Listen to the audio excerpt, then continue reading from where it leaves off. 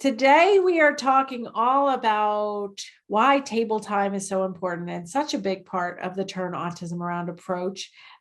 This is a little clip from podcast number 177, where we talk about the 5 top questions of why we should be using table time.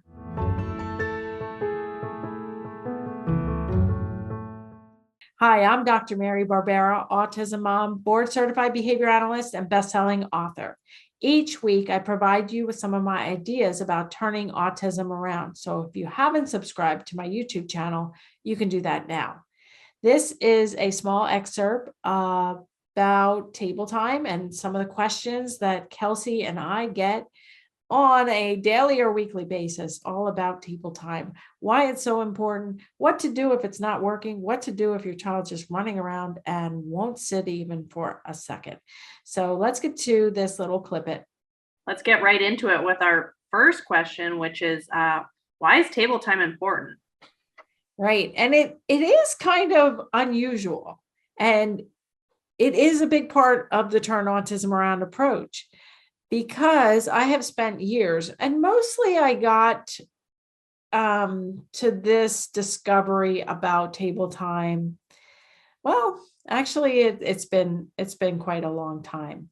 When Lucas started therapy, ABA therapy, that was more of a traditional ABA approach where coming to the table and staying at the table was a big goal.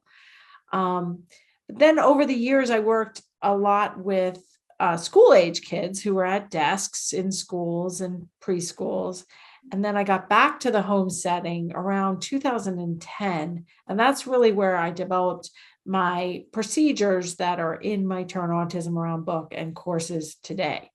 And what I found when I was an early intervention provider is that there was a lot of focus on floor time, not on table time. And there was a lot of very well-meaning, qualified, seasoned early intervention professionals who spent a half an hour of their session or an hour chasing kids around and getting very few quote unquote trials in of anything.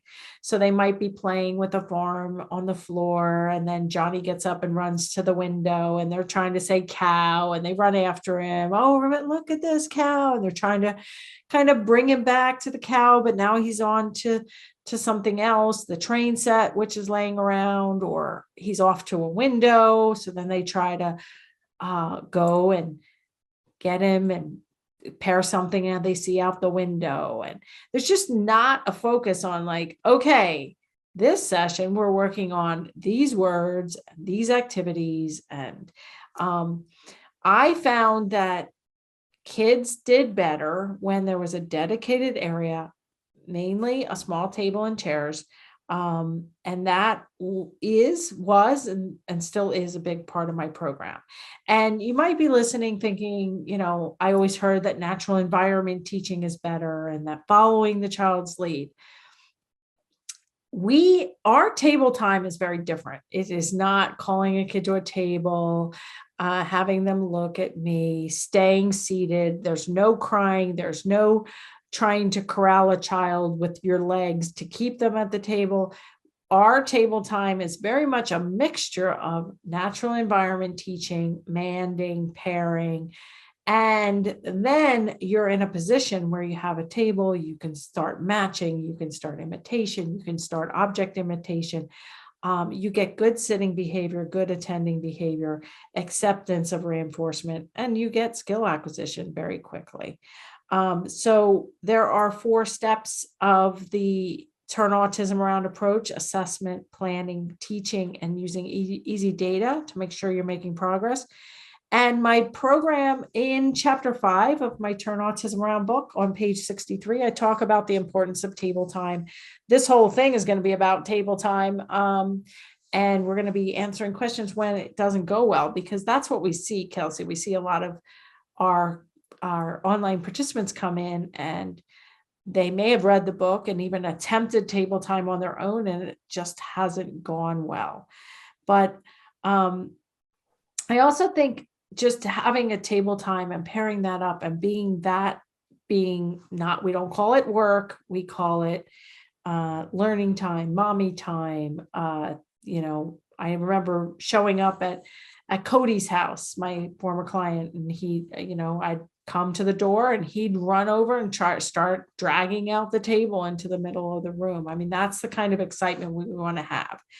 I also think personally, it's easier to gain joint attention skills, and it's also easier to train new therapists once you have the child loving or liking table time. It's easier to train therapists. You actually have to be quite seasoned and excellent to learn how to do natural environment teaching well. But I think table time is more easier to train. So I talk too much, Kelsey. What do you agree? Do you disagree with any of that, or want to add? No, I don't disagree with any of that. And one thing we've heard a lot from people in our community, and I think even Michelle C. said it in the episode you did with her, and another parent you did an episode with said it as well. Table time, and it happened for me too. When you have a young child with autism or showing delays, they are often in their own world. I mean, if they weren't in their own world, they probably wouldn't have these delays. They would be a lot more engaged with us, right? And I think the table offers a point where you have all their favorite things. We're all at this table. We're not darting all over the place, competing with all this reinforcement in the room. It's just you, the child, and the stuff. And we've had people say that like their relationship with their children got better, whether they gained skills or not, which they did, but whether they gained skills or not, their relationship got so much better because they could finally connect over something. It wasn't always like, I'm chasing my child to teach them. It was finally like a connection. And so I think that's a big importance of table time. And yeah, it wasn't easy. And we'll talk about this later, to get Brentley, my oldest, to sit. He wanted nothing to do with it. And I remember some of my questions early on were like, can't he just stand at the table? Because he definitely is not sitting. But it really did. The importance of getting him to sit and be at the table was probably one of the most important skills we ever taught him. Yeah. And we'll definitely link Michelle C's podcast 164. Elisa talked about it in Hot Seat number 4. I just interviewed Grandma Tina from Hot Seat number 5, and she talked all about how she sees her grandson a couple times a week. She has table time. Her parents are generalizing table time. But it really has resulted in such big improvements and calmness. Even if you were having a new practice of yoga, or you were doing something, I mean, you would have a spot, you'd have a bag, you'd have materials.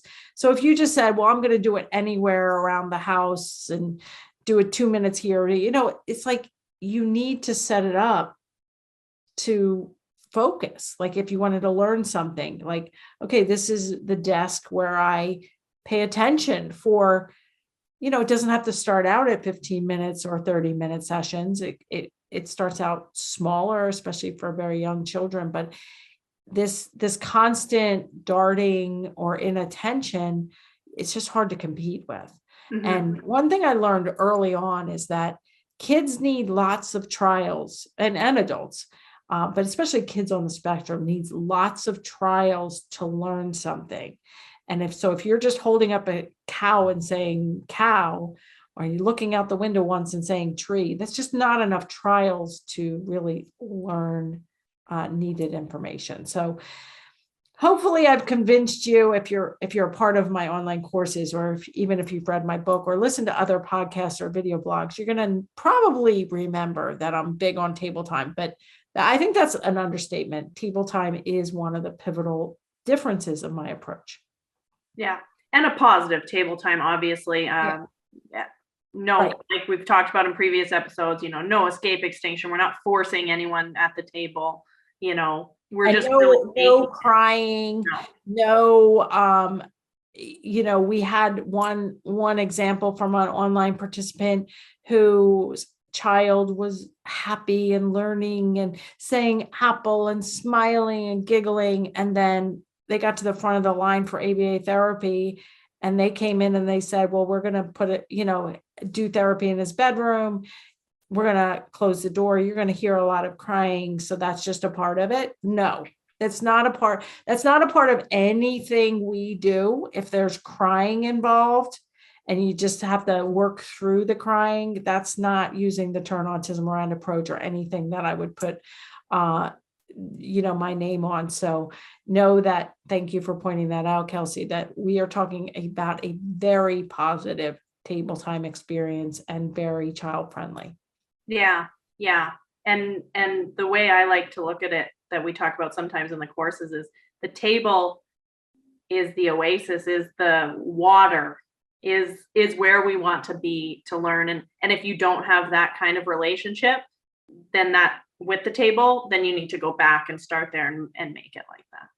I hope you enjoyed that small excerpt from podcast number 177. If you'd like to listen to the whole thing, you can check the link under this description. And if you would like to learn more about joining our online course and community, I would love it if you would attend a free workshop to learn more at marybarbera.com/workshop. And I'll see you right here next week.